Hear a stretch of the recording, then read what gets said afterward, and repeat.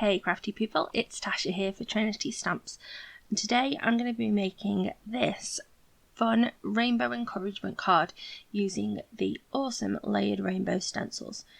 I wanted to use these today to show you just how easy it is to layer them together to get a perfect rainbow result. So you're going to get two large stencils with the set. As you can see, each individual arc of the rainbow is a separate portion of the stencil. You also get all of the masks for every layer, and then there is a cloud on each of the stencils, and again you get the mask. So I'm just using some removable adhesive to adhere that that cloud mask onto the paper, and then I'm lining up the first arc of my rainbow where I want it to be.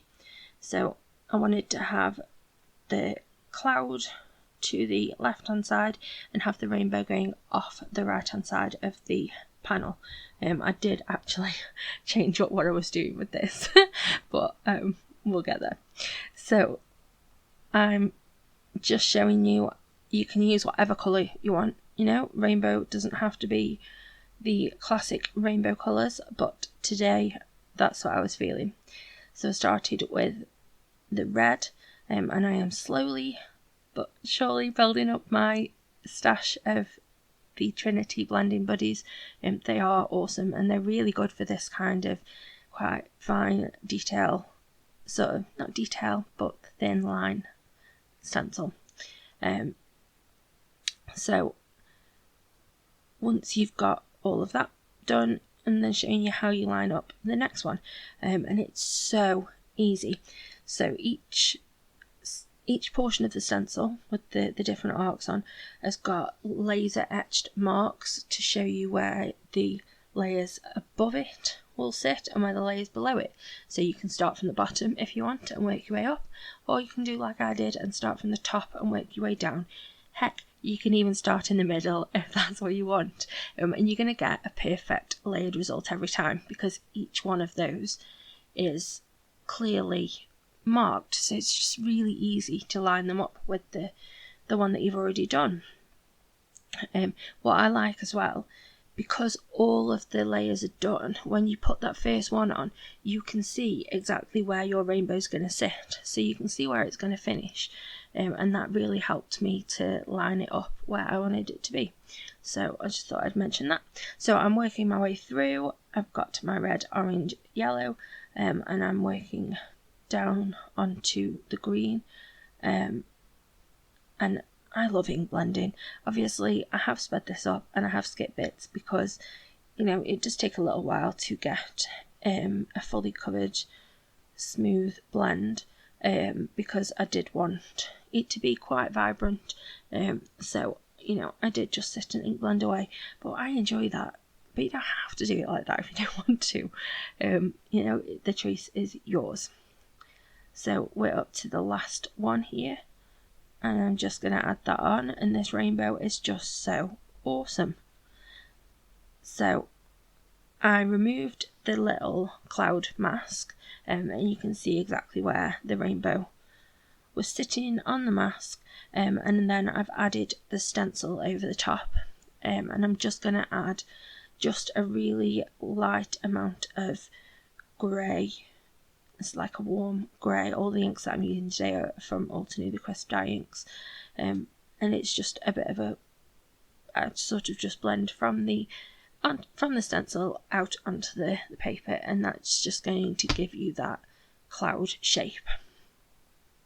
So I decided to make a background and fussy cut my rainbow.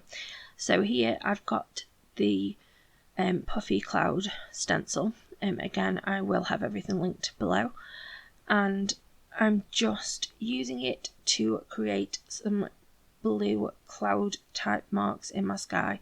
You can't see them very well on the video here because they are really light, but it works really well.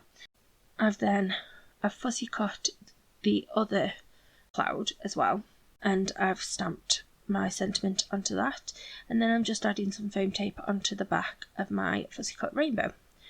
So in order to get the foam tape to curve round the rainbow like that, the easiest way to do that is to remove the backing so that'll enable your foam to bend a lot easier.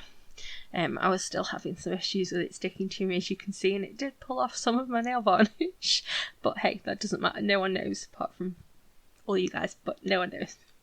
So I added some glue onto the foam just to help me position it, and then I added some foam onto the rainbow, onto the second cloud with my sentiment on, and added that at the other end of the rainbow.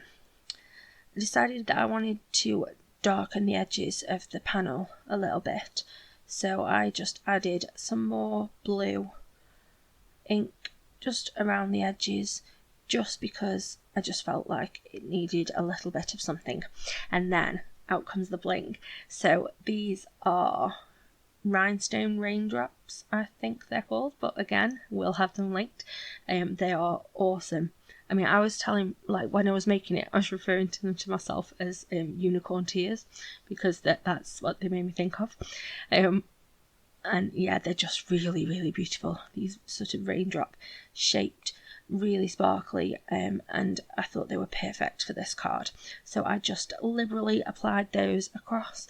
Then I did decide that I wanted another part to the sentiment. I felt like that wasn't quite enough, so I added a "You Did It" as well.